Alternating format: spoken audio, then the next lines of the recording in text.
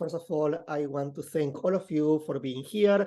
I know we are in different time zones, morning, afternoon, evening, so whatever good it is for you. And I want to particularly thank for the organizers who have been engaged despite all the problems and the confrontations they face in a struggle that is truly worth it.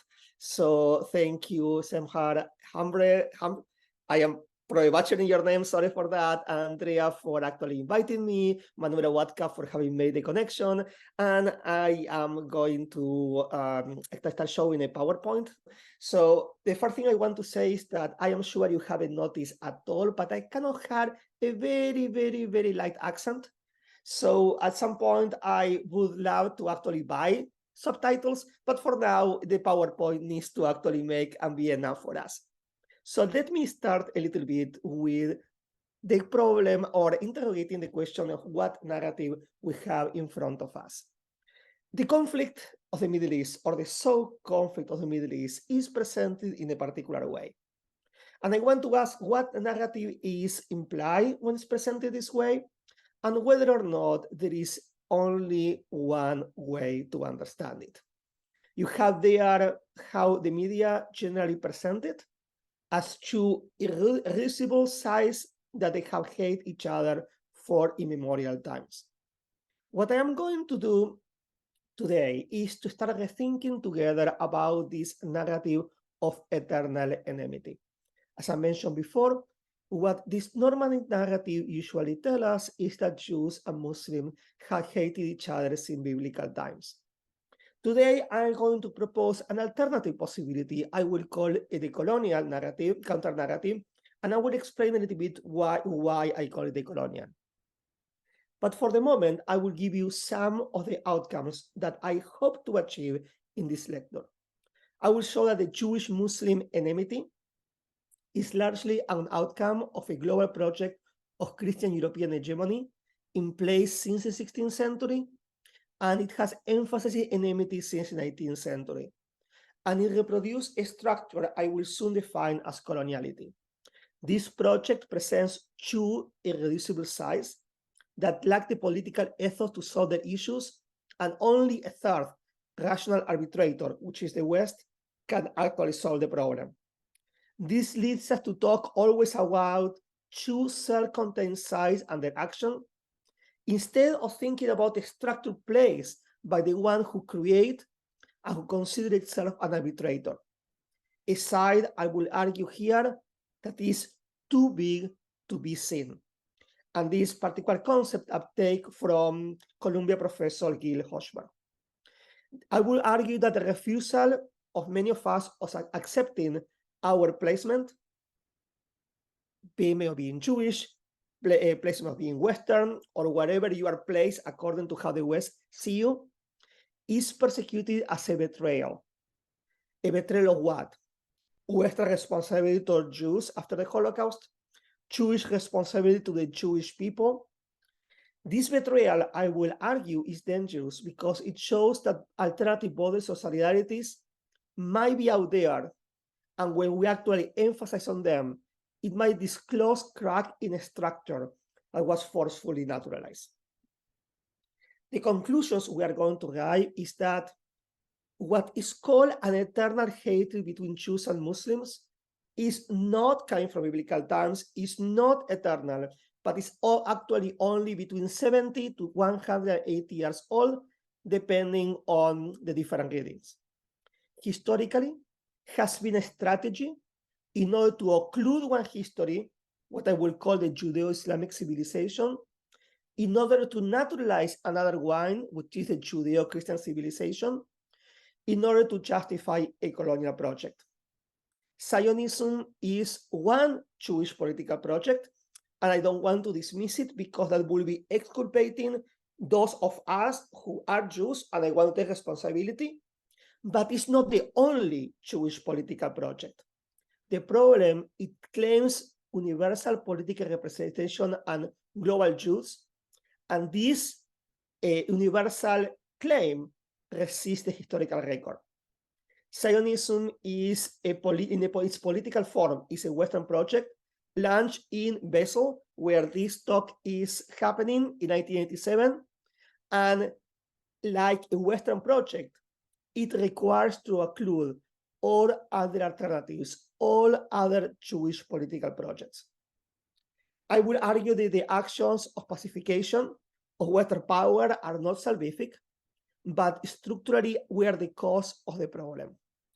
So Western intervention, any kind of Western intervention should account that the West is not a neutral actor intervening to bring peace to two eternal enemies. It has created enmity, and the objective might not be peace, might be something else. I will argue that more times than not, the Christian West is the side that is too big to be seen and further unbalance the conflict with dispersive power and financial intervention. So let me start a little bit with history and depart from 1492. Why I am departing from 1492? This is a moment in which what is going to become Western Christianity start passing from being a local contender in the Mediterranean to a global power that will conquer most of the world, including Palestine, from the Ottoman Empire, and set in motion the problem we have today. From the resources that Europe extirpated from these two conquests, south of Spain and the Americas, Europe and the US was able to launch a program that by 1914, before the what is called the First World War, will occupy over 80% of the world and influence 100. And the question is, how a population that was never more than 8 to 12% of global population occupied 80% and influenced the 100% of the world, creating a global supremacy?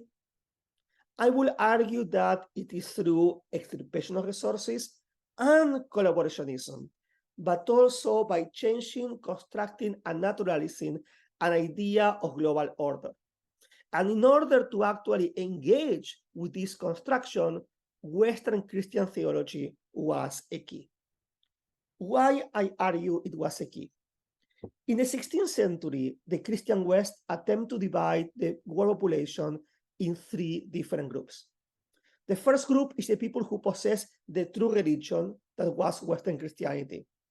This community, according to these records, was endowed by God and then in history or natural selection with the ultimate truth that must bring the world to religious salvation, and with time, cultural civilization, economical development, and political democratization. And as such, every violence will be a just word that will be considered redemptive. And any kind of violence that cannot be justified as redemptive are going to be seen as individual excesses or collateral damages. A second group are going to be those people that, according to this record, were considered having false religion, generally Muslims and Jews, and this is the beginning of Orientalism. These are communities on the wrong path who have consciously rejected or betrayed ultimate truth and are either stuck in time or actively working against civilization with open wars on conspiracies. And as such, their violence will be a terrorist threat. And finally, a last group of people who were considered having no religion, even though they did have it, of course, who were communities that they were fell off the Christian map and global history until the encounter with number one. Some of them were Muslims, some of them were Jews, some of them were other religions, but they were considered as no religions. The resources of these people, from land to labor to body, are going to be considered virgin territories to fulfill the divine, historical, or natural election or selection. Their violence is going to be seen coming from ignorance and limited understanding of the role the true religion plays in history. So, before 1492, Jews and Muslims have been co-racialized together, and they are going to be started to be co-racialized afterwards as well. But before 1492, Jews were living among Arabs and then Muslims. Some Arabs have not, from 2,500 years to 700 years from Iraq to the Levant to North Africa. Jews were living much better under Islam than under Christianity because they have a legal protected status, which means the people of the book. In the 15th and 16th centuries, in simultaneity, Jews and Muslims were expelled from Spain and took take over Constantinople or Istanbul. And as such, between the 16th and 18th century, Jewish population in the Ottoman Empire multiplied by 8 times. Why? Because Jews who were persecuted in Western Christian Europe, they found a place in refuge under Muslim rule. So if this is true, and up to the 18th century, Jews have been multiplied by 8 times in Muslim ruled lands, this means that the idea of the eternal hatred between Jews and Muslims actually historically doesn't work. And why Jews went to the Ottoman Empire? There was a policy started by Ottoman sultans trying to attract Jews to the area. Why they did that? They did that because after 1453, Christians were leaving the previous Eastern Roman Empire for Western Europe. And as such, they need to repopulate the cities. Jews were respected between a legal struggle called al-Kitab or Dhimmi or Simi, depending on Arabic or Turkish. And they were progressively integrated in different economical realms. They were Jews from court doctors to merchants to farmers. I am not going to say that the life of Jews in the Ottoman Empire was ideal. Actually, nobody was a citizen, so there is no ideal life. Of course, there were conflict. But what we can say is Jews belong to every part and every strata of the Ottoman society. And as such, we can say that Jews were an integral part of the social fabric of majority Muslim ruled lands. Jews who actually escaped from Europe, they were integrated as native between native communities that have been living for a long time.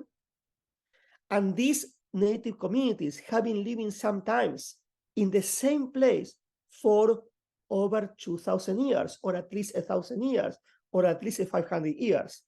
And this is going to contradict the European Christian myth of the wandering Jew.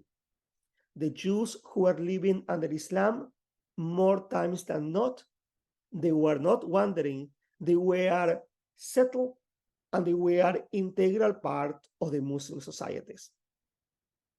And as such, there is an incorporation of not only the culture of Jews under Islam in the Maghreb and the Middle East, but also Jews who developed culture in Spain, who were expelled and brought it to the new communities. By 1560, in middle to late 16th century, we are going to have major cities in the Maghreb, the Balkans, and the Middle East with Jewish majorities or even very strong Jewish minorities. If the hatred between Jews and Muslims is eternal, if the hatred between Jews and Muslims comes from biblical times, this quite recent history doesn't make any sense. So the question is why Jews actually escaped to the Ottoman Empire. Generally, since Jews had a clear legal status, there was a lack of anti-Semitism. There were not racial reasons to attack Jews, and more times than not, there are not theological reasons either. I want to repeat, this was not an utopia for Jews. There were conflicts, absolutely, but Jews were integrated in the social fabric of the Ottoman Empire. And this is one of the first paradoxes. When other minorities, such as Slavs, Greeks, or Armenians, did start developing certain kind of nationalist inclinations, Jews did not. I will just say, we should question what Ottomans might have done with Slavs, Greeks, and Armenians. But in terms of Jews, more times than not, they did not have these nationalist inclinations and as such, they were perhaps less persecuted until well into the late 19th, early 20th century than other minorities. And you will ask, did Jews not always long for Zion? Many times, merchants of the Ottoman Empire, they will travel to Jerusalem for religious rituals, sometimes for economical reasons. They did what they needed to do, and they came back to their hometowns. So these Zionist claims that Jews and all Jews around the world always claim or long for Zion, historically is not accurate. A large number of Jews in the Ottoman Empire, they had the possibility of going to what today is Israel, Palestine, and come back to their hometowns. That means that there is absolutely no anti-Semitism. No, I wouldn't go that far. But more times than not, what we are going to see a mobilization of anti-Semitism in any part of the Ottoman Empire, such as the 1840 Damascus affair, was most of the time narratives coming with colonizers from Europe, and most of the time portray Jews attacking Christians and not Muslims. Jews and Muslims in this context in which they have lived together, sometimes with conflict, sometimes not, but Jews have much better lives under Muslim than Christian rule. They were co-racializing. Between the 18th and 20th century, the Arab represent rhetorical Islam, and this is why Edward Said writes in Orientalism, anti-Semitism, as I have discussed in Islamic branch, Orientalism resembles each other very closely in a historical, cultural, and political truth that needs only to be mentioned to a Palestinian for its irony to be perfectly understood. So for Muslim Spain, to Berber Muslim Maghreb, to the Ottoman Empire, once and again, Jews find refuge in Muslim lands. And I want to repeat, because it's a very easy critique, I am not saying that Jews were first-class citizens. First of all, they were not citizens. And of course, they were not on the top of the barrel. At the same time, they were people of the book. They were integral part of the fabric of Muslim societies. And as such, they have a much better life under Muslim rule than under Christian rule. So if I am arguing that Jews live much better under Muslim rule than Christian rule, what changed for us to have the perception today that actually Christians are actually the ones defending Jews? In 19th and 20th century, something will change. Given the resources Europeans have been accumulating by the conquest in the Americas, in Africa, in South Asia, and other places, they launched in 19th century Western colonization in North Africa and then the Middle East. And they practiced a very traditional strategy, which was divide to conquer, divide to find people to collaborate with them. And this is why they raise certain minorities over others in order to help them with collaboration. This happened with Jews in North Africa, but not all North Africa, especially, for example, Jews in Algeria, a little bit less in Tunisia, and much less in Morocco, but also happened, for example, by emphasizing divisions such as Tutsis and Hutus in Rwanda, Copts in Egypt, and other places. And as just Jews were not an exception, it's not because they were more Western, but they were Westernized as the way to divide and conquer the population. This was a key strategy of coloniality that was in place from the moment that Spain and Portugal came to the Americas until now. Coloniality means not colonialism, which is the historical conquest of one population over another, or neocolonialism that talks about the afterthought of political decolonization. Coloniality are the patterns of domination emerging in colonial times, in colonial locations that extend in time and place.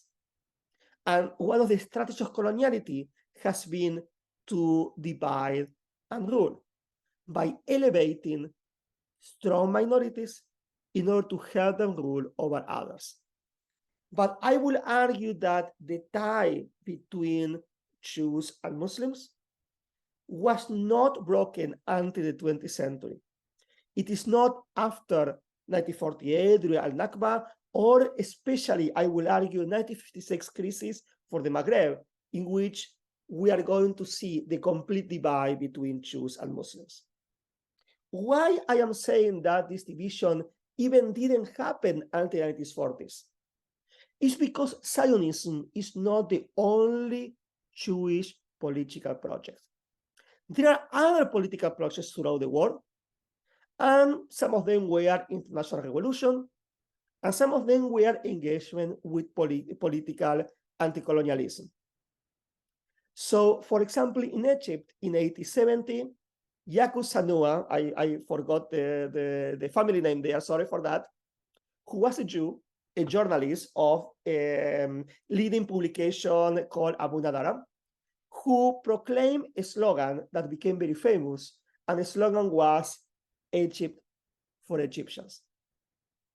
If Jews were not considered part of the fabric of the Egyptian society, why it is a Jew who is going to declare in 1870 Egypt for Egyptians? In the same way, Mohammed V, close to the Second World War, is going to call for a Muslim-Jewish Berber national movement in order to expel the French protectorate in Morocco. Again, if Jews were not part of the Moroccan society, why Mohammed V is going to ask for it? Third possibility, in Iraq, we are talking a very ancient community that arrived in the 6th century before the Common Era, after the Babylonian conquest. They have been some of the most important functionaries of the potential Arab state, and they were integral part of Arab Jewish communities in Iraq. As we can see, up to the 1940s or 1960s, this possibility of the Judeo-Islamic civilization was very much present. It is true, we are talking about a little bit more than 100 years of attempts of separation by some people develop political pressure to resist it. Even in Europe, there was a connection was not broken. For example, in Albania, Jewish population during the Holocaust multiplied by 5 times. Jews escaping extermination in Germany, in Poland, in Austria, and Serbia find themselves as refugees among Muslim families. It is true the number is going to be small in comparison to the numbers in Europe, but still it shows that even in 1940s, even in the probably one of the genocides of the 20th century, the bond between Jews and Muslims was not yet broken. And this presents, if I am allowed to talk a little bit about the work of Manuela Watka, who is present here, this talks about another Europe, a Europe where Jews and Muslims actually live with each other to the extent that Muslims are going to risk their lives in order to save Jews. So, if this history is true, and the Jewish-Muslim enmity is so short-lived, why do we think today that has been eternal? I will argue today that this was a project that has much less than 200 years, and the naturalization, it says, last 70 years. It's not eternal, but is a colonial fabrication from North Africa to the Middle East to the West in Europe and the Americas. And I'm going to ask together to reimagine a new relation that takes into account historical responsibilities, include Jewish colonization in Palestine, the negation of sovereignty, the oppression of Palestinians, but a different relation between Jews and Muslims thinking about this history. The question is why today we think that Jews and Muslims have been hating each other for a very long time. Even though it is true that was a project that was in place since at least the 1830s, 1840s, it is only after 1948 that take a complete different turn. I would argue that in order to assuage guilt from the Holocaust, the West will use some of its former victims to continue the dispossession.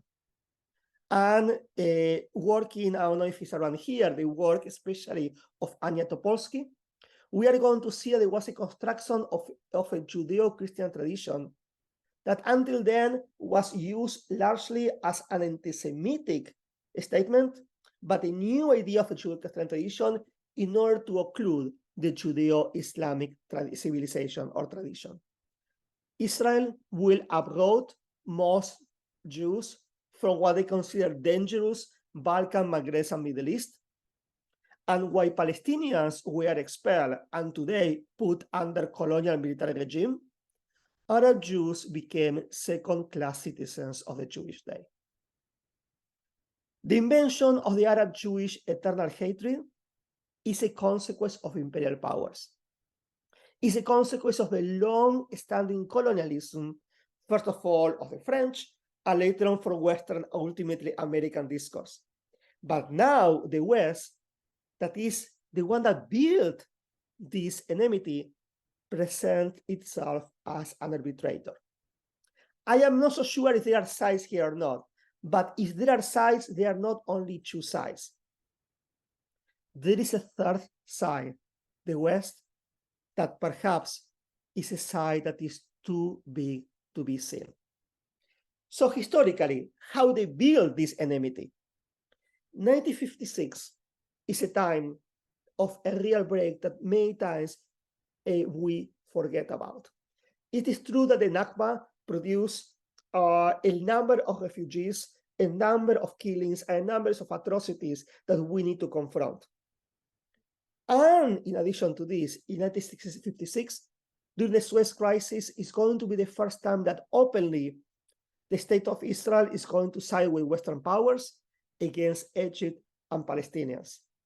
That would lead to a massive exodus of Jews from North African Muslim countries that they suffer persecutions because of Israel's alliance with Western powers. This is what I am saying, that this geopolitical design of Jews on the Western side of history started as a narrative in the 19th century, but it only achieved normativity between 1948 in Nakba or 1956 during the Suez Crisis.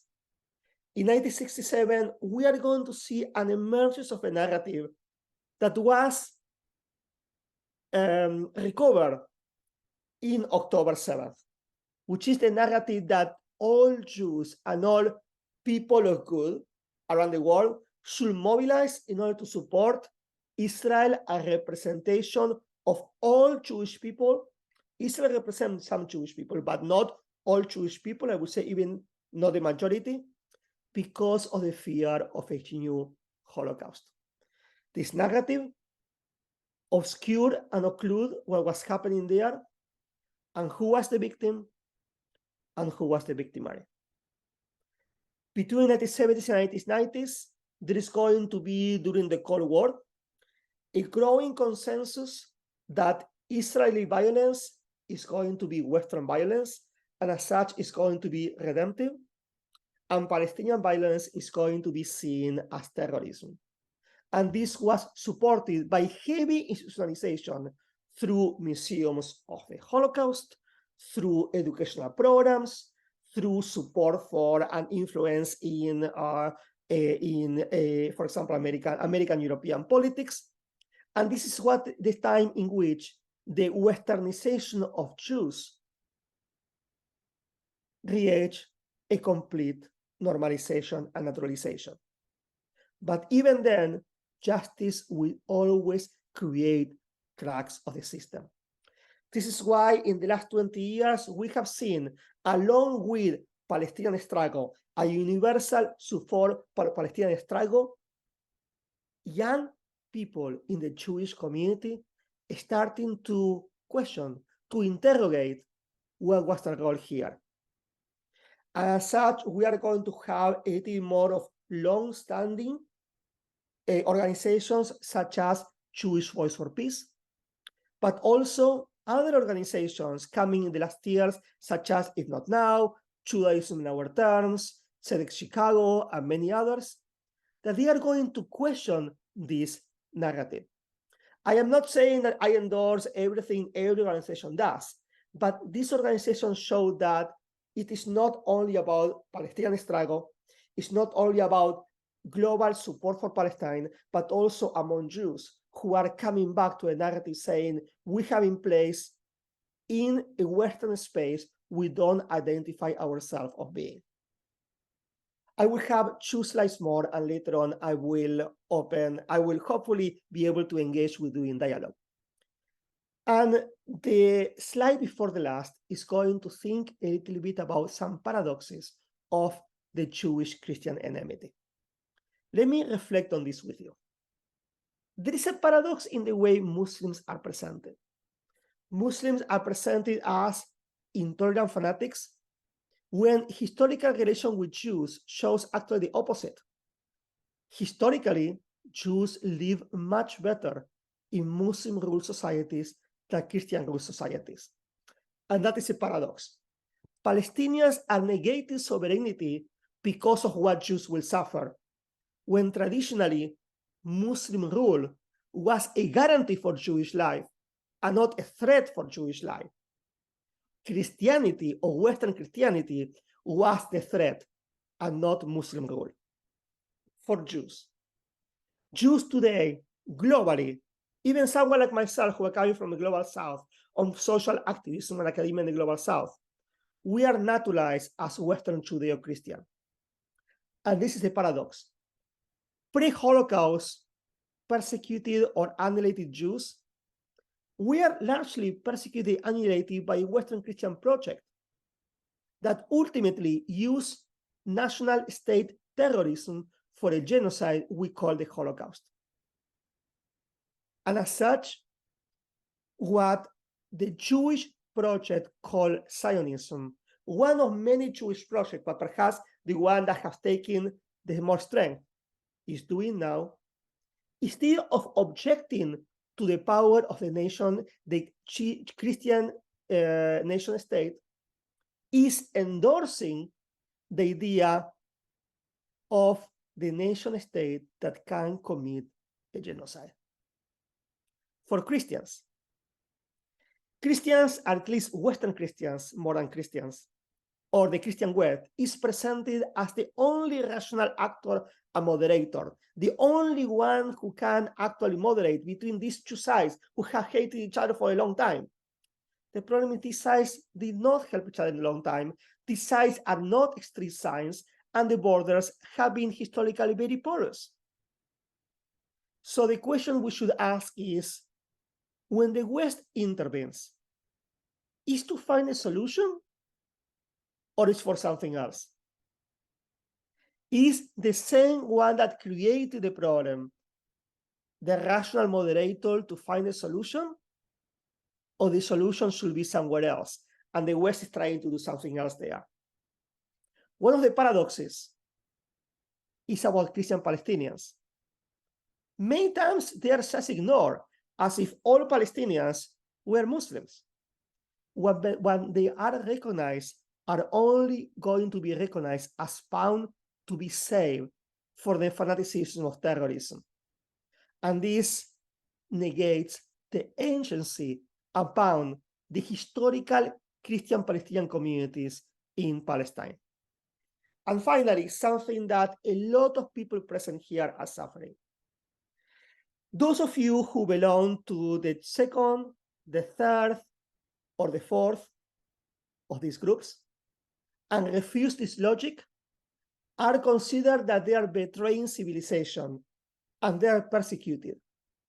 And if we ask ourselves why they are persecuted with such strength, is this because, and I ate, sorry, I was a little hungry, so I ate the B in because they are? Because the refusal shows that the borders are not strict. And the borders were created by a political project and naturalized under a fabrication. If some of us cross borders, we are going to reveal cracks of the system. And the system needs to shut us down in order to show the naturalization does not have cracks. Some lessons, and I promise this is the last thing I will say, at least in this lecture. I will argue that the problem in Palestine, Israel is not the eternal hatred between Jews and Muslims, but a colonial fabrication following European and American geopolitics that incorporate normative Jews to a post-Holocaust version of the Judeo-Christian tradition, including the relation of Jews with many other traditions and many other experiences, such as the Judeo-Islamic. Second, this history of the Judeo-Islamic tradition, I believe it changed our perception at what is at stake in the Palestinian struggle. The Palestinian struggle is not a war against Jews. Let me repeat this. The Palestinian struggle is not a war against Jews. It is a war against a particular Western and now Judeo-Christian projects that arrogates to itself Jewish universal representation. It is a struggle against one project that arrogates itself the representation of Jews, but is not a war against Jews. Third, the Western intervention in the Palestinian, in what is called the so-called Palestinian-Israeli conflict, is not pacific and is not neutral. It is the cause of the problem, and I add an A there, like sounds in Spanish, and it is the side that is too big to be seen. Given its power, we cannot discard it. The West will intervene, but we should start interrogating once and again why they are intervening, how they are doing, and whether or not what they say they are their objectives are actually their objectives. And finally, last thing I will say, identity struggle is not enough to explain the problem. Again, with an A in Spanish there, because borders are porous. So instead of looking at the major policies of nation states that more times than not create more problems than solutions, I will ask us to go a little bit what the organizers of this panel, of this lecture, said before in the presentation. I want to look at not about the public policy of the nation state. I want to look at grassroots movements. That grassroots movements are doing themselves something else. The critics of different identities, Jewish, Muslim, Western, Latin American, African, can offer a contribution from their identity in politics that will struggle for real justice beyond what is convenient for the borders created by colonialism and coloniality. So I will ask all of us from our different identities to refuse the reproduction of coloniality, to refuse the naturalization of enmities that only benefit some strata between the West. To conclude, Jews and Muslims have not hated each other for immemorial times.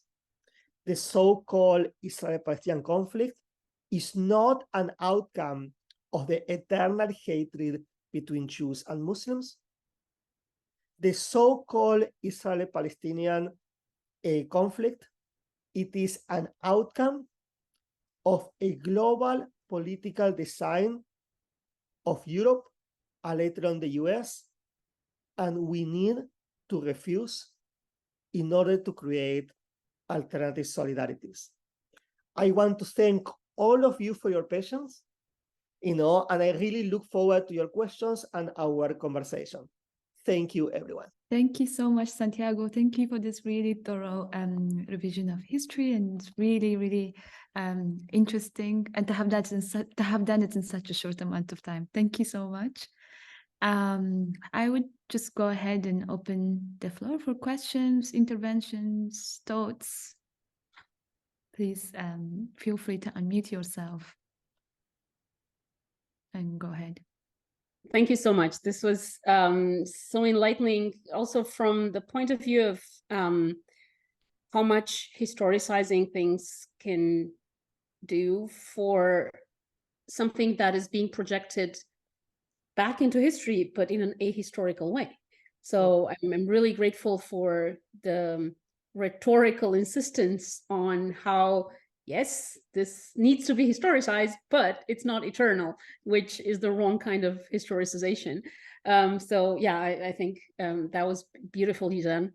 As an ally of your main argument and the historicization, I would play devil's advocate in asking, why does it have to be 1492? Isn't it kind of a kind of arbitrary point?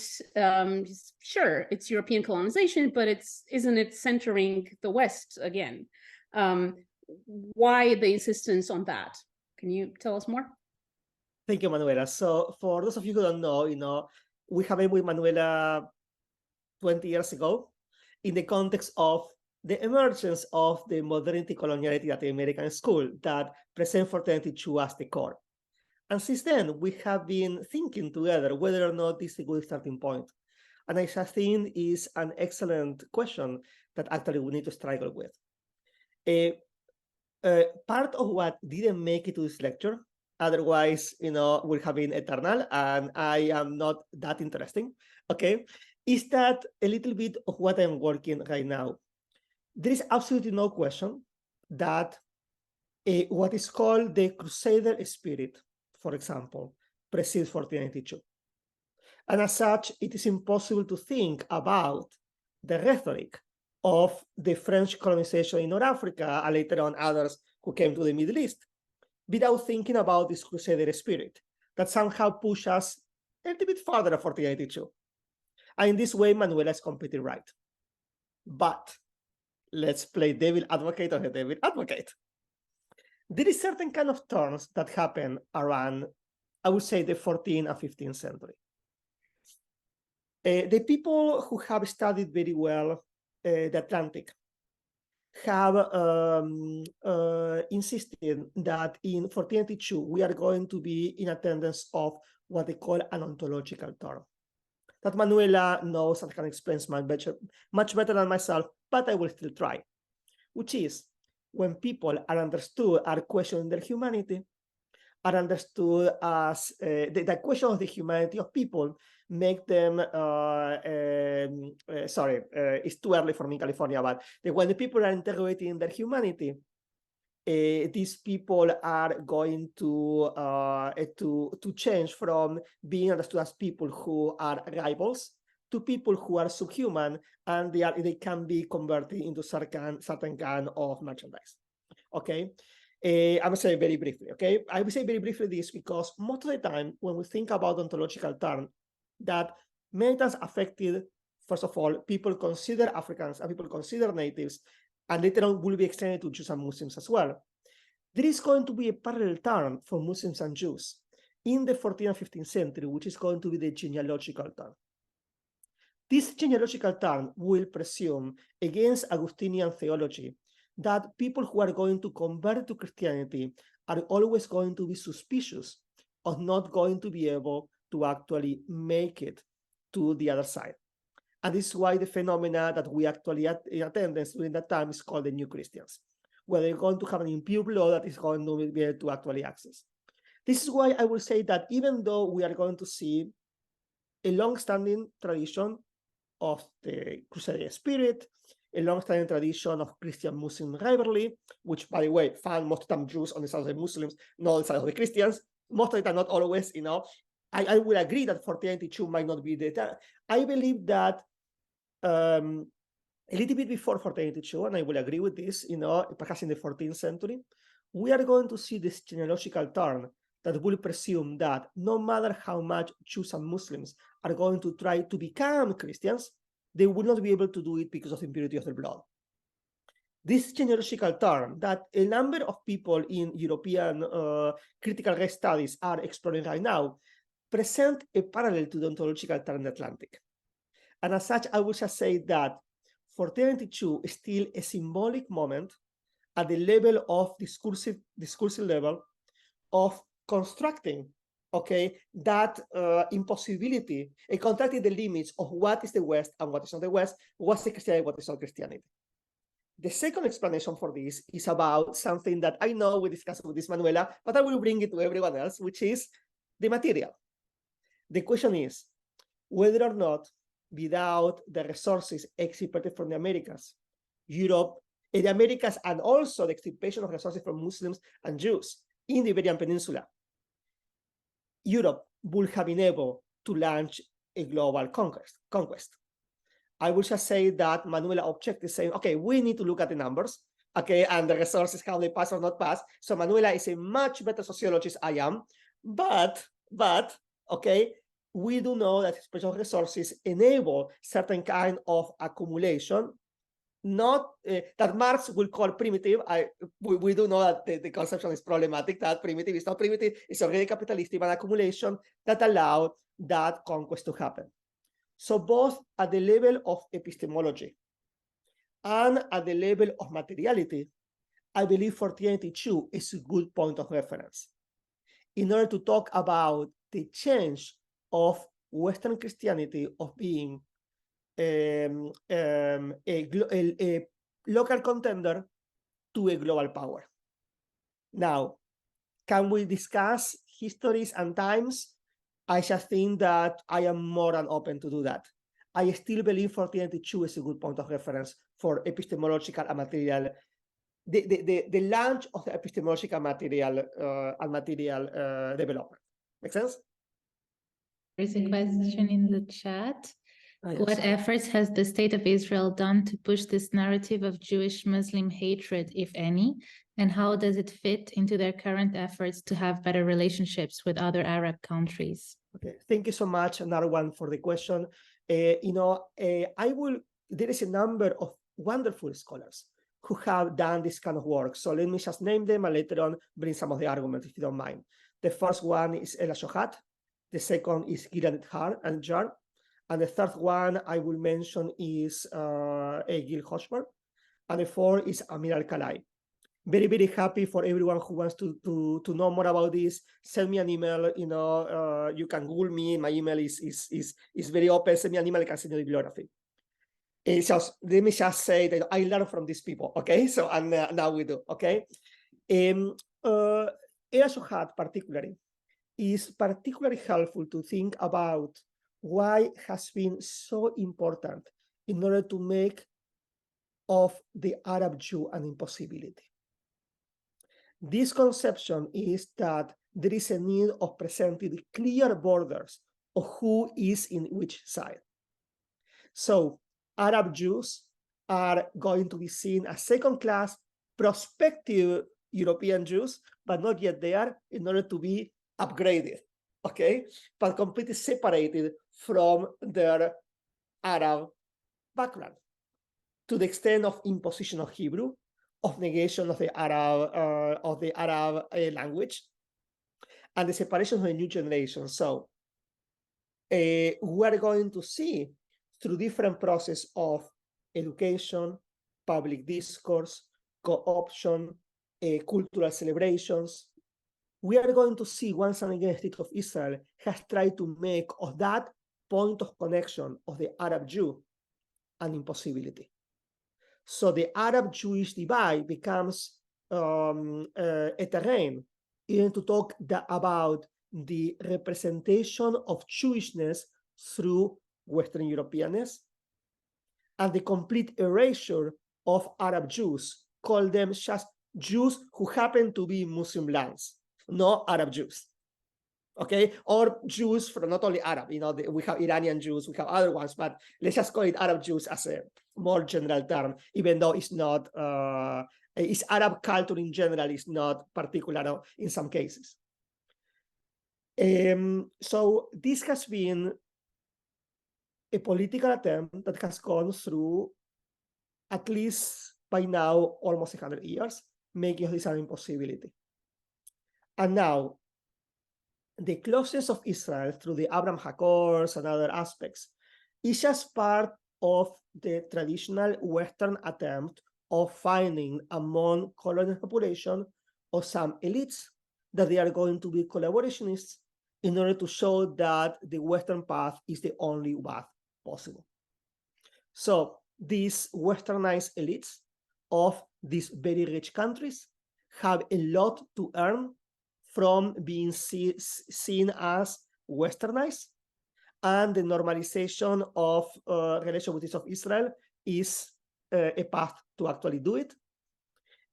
Whether or not this will favor actual Muslim and or Arab populations in the region is something that probably all of us can discuss, but probably it's not going to happen.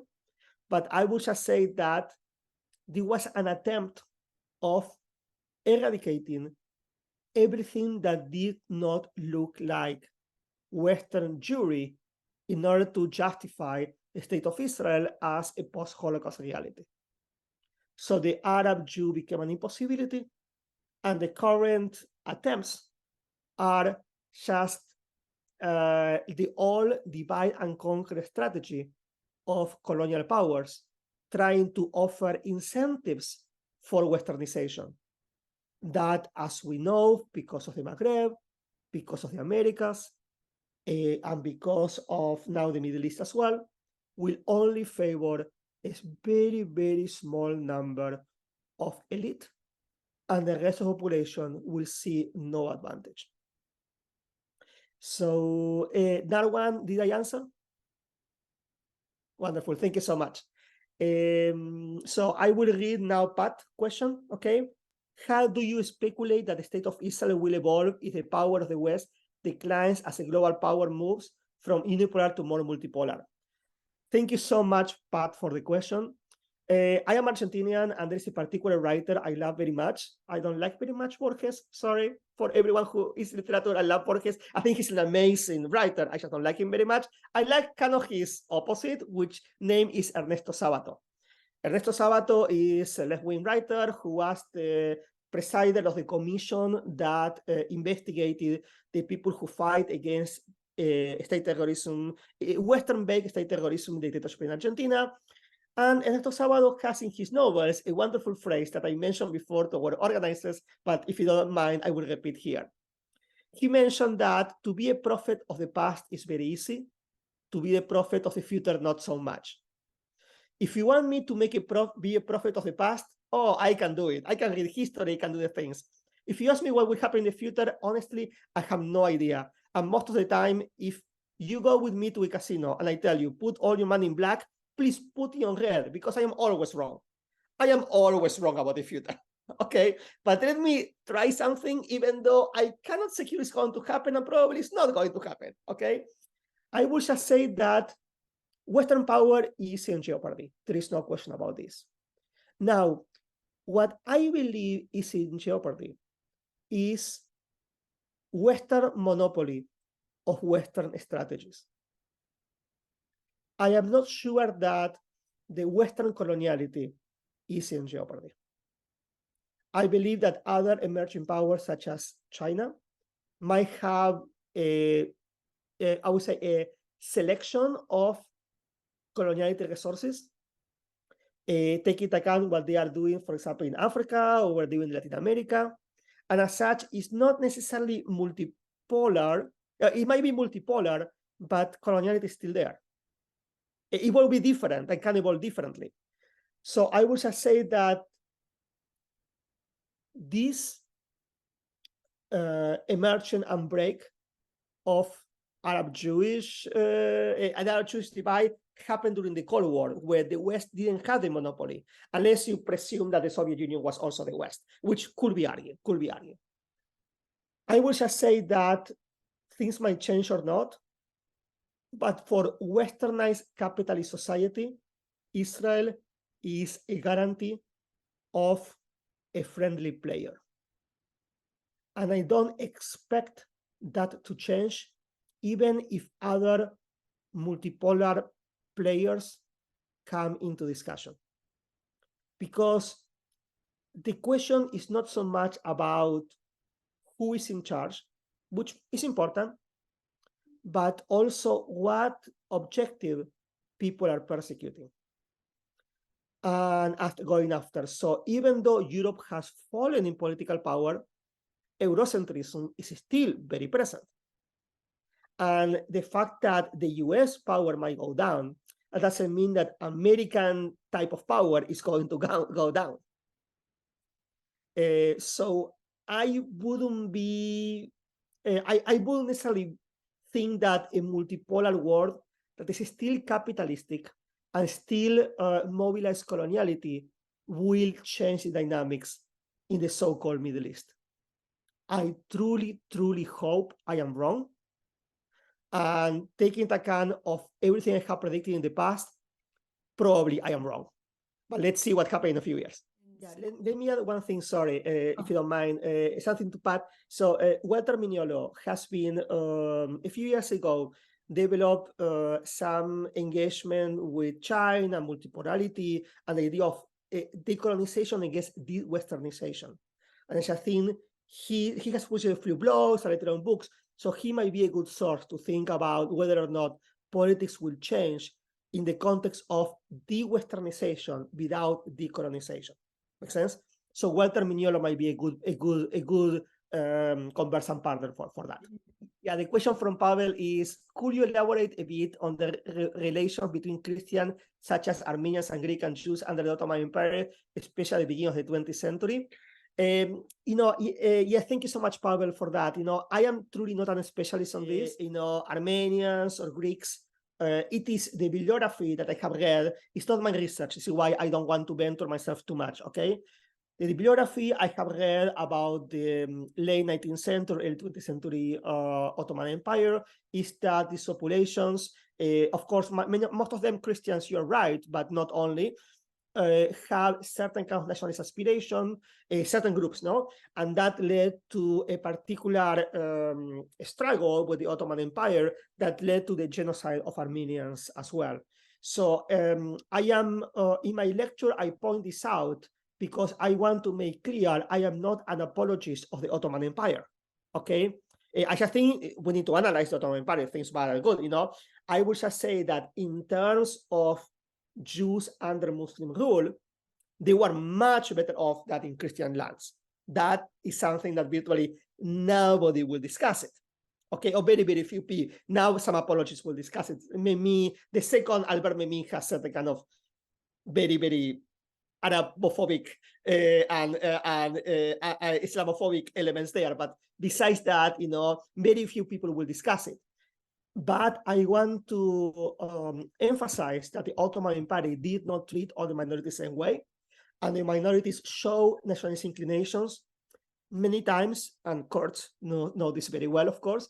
They have been repressed, and in the case of Armenians, they suffered a genocide. So I believe that I am very happy, Pavel, to recommend you some bibliography I have with me about that. Send me an email and I will recommend you some bibliography. I can come out with the exact bibliography right now, if you don't mind. And I don't want to venture myself too much because it's not my research, it's things I read about other people.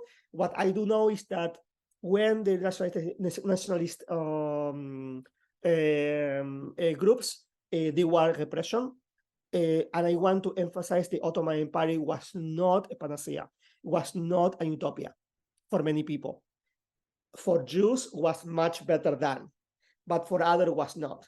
So I owe you a more full answer, but if you send me an email, I can send you some bibliography I have about this in order to actually explore this a little bit more together. Do you think that the role of the BRICS can help escape the West hegemony and consider the current narrative around the Russian-Ukrainian war?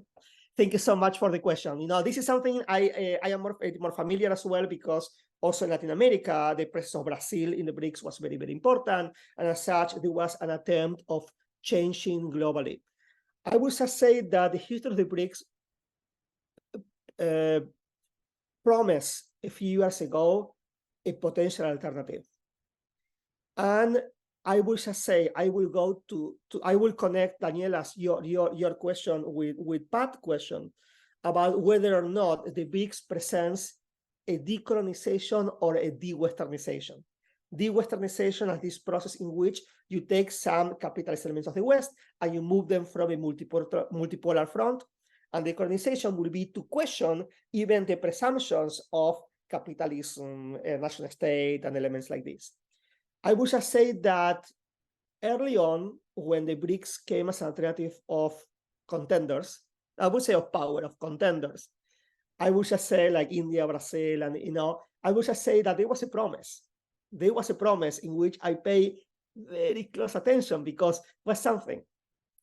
With time and the change of governments, of course, the one in India, Brazil, even a change in Brazil, but even the current left-wing government in Brazil, which we are all happy that Lula came back to power, Bolsonaro was defeated, but at the same time are not necessarily presented an alternative to global capitalism. And as such, my question here will be, but people who know a little more about economy than myself might be able to answer this better. Is this de-Westernization or this is decolonization? My understanding right now will be a little more the first option. Global capitalism is not being challenged. The idea of the nation state is not being challenged. The idea of centers and peripheries, perhaps a little bit more, but not completely, because they are the strong spaces in the global South. So I would just say that I don't think escape Western hegemony, at least not the hegemony of Western discourse, even though they might escape the hegemony of the Western nation state power. And the consider of the current narrative of the Russian-Ukrainian war, I just think that in this case, Daniela, I think it's a great question. I don't think the dust has settled yet, so we don't know exactly. I just think that the Russian-Ukrainian war has disclosed that the Cold War structure is still very present and can be re-edited anytime. Understanding that the same actions of the Ukrainians and the Palestinians are being read very differently, help me to think that the conception of, on the one hand, redemptive violence, on the other hand, that is always Western or Westernized, as Ukraine and Israel, and the evil violence that is understood as, in this case, Russia and Palestine. I know it's very different each one, okay, but at the same time, the West presents it as the redemptive violence against either terrorist violence or no-sense violence. The evil empire, or the evil, as was presented in the media, the evil terrorists. So I will just say we have a re-edition of the tripartite division I mentioned before. So I will just say I do not see the changes in the role of the BRICS, and I don't see the changes in the narrative of Russian-Ukrainian war. I just see actually a reinforcement of the very old narratives. But I am very happy to see if you, Daniela, or someone else have seen something I haven't seen myself. Thank you so much. Actually, I have one more question. As you were speaking about de-Westernization and BRICS, I'm thinking about, I think 3 or 4 countries from Latin America have called back their government from Israel. So yeah, how do we interpret this? What do we make of this? Is this due westernization again, or yes, what do you think? It's a great, thank you so much. A great opening. I am working right now in this book about counter conspiracies, I call it, from the global south, especially Latin America, from the 70s to the 90s, and the mobilization of these historical memories today. And I like very much some interpreters in Latin America about the Cold War that says that Latin America is important to analyze because it matters to no one. Nobody cares about it. Okay, why I mean this? Why I mean this? It's not that nobody cares. You have the doctrine of Monroe, the Roosevelt Corollary, but the idea that Latin America is a place where you can experiment things because nobody takes it seriously. It's interesting, no? But at the same time, the Western powers have tried from sterilization to kidnapping and killing to we know a lot of things. The IMF practice disasters, for example, in my homeland in Argentina. So is what's called Greg Grindin call it a laboratory. Latin America is a big laboratory where they can try things because it doesn't matter. But we can say the same thing about the opposite. It's saying, since it doesn't matter, these countries can have a level of autonomy that perhaps other people will not have. So I would just say that I just think it's an excellent question. Now, there is a long-term tradition after Cuba, after Chile with Salvador Allende, of Latin American countries standing by themselves, Brazil, more than Argentina, and so there is the experience in Bolivia. So there are experiences that somehow make Latin America a wonderful laboratory, not only for repression but also for liberation. So I just think my answer to that question is I hope. I hope. Might be, might not be, but you might have put your finger on something that historically has been the case, and perhaps that is the crack. I am all the time looking for cracks in the system, and perhaps Latin America is a permanent crack, okay? A permanent crack in the system, okay? So perhaps, yes, and I really hope you're right. Thank you so much, Santiago. It's so interesting that you say Latin America didn't matter. For me, I envision it as a region where revolutionary ideas have come from and movements have come from. So it's No, absolutely. Yeah. No. I am repeating a little bit what scholars of the Cold War argue. That says since Latin America was very hot because nobody cares about it, so what's a space? Well, I would say we need to revise the Monroe Doctrine, the Roosevelt Corollary. We need to revise the Alliance of Powers of Kennedy. So I just think that it's not as simple, no. But I just like I just like statements that they are kind of in your face, and later on we work with them, no. But I believe that there is a space in Latin America in comparison, for example, to what is the Middle East, okay, where nobody's paying attention. And when nobody's paying attention, the repressive forces can act as a laboratory, but also the revolutionaries can act as a laboratory, no?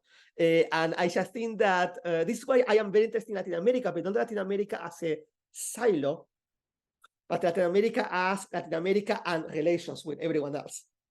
And in this way, you are completely right. You are completely with Latin America. There is a hope in Latin America.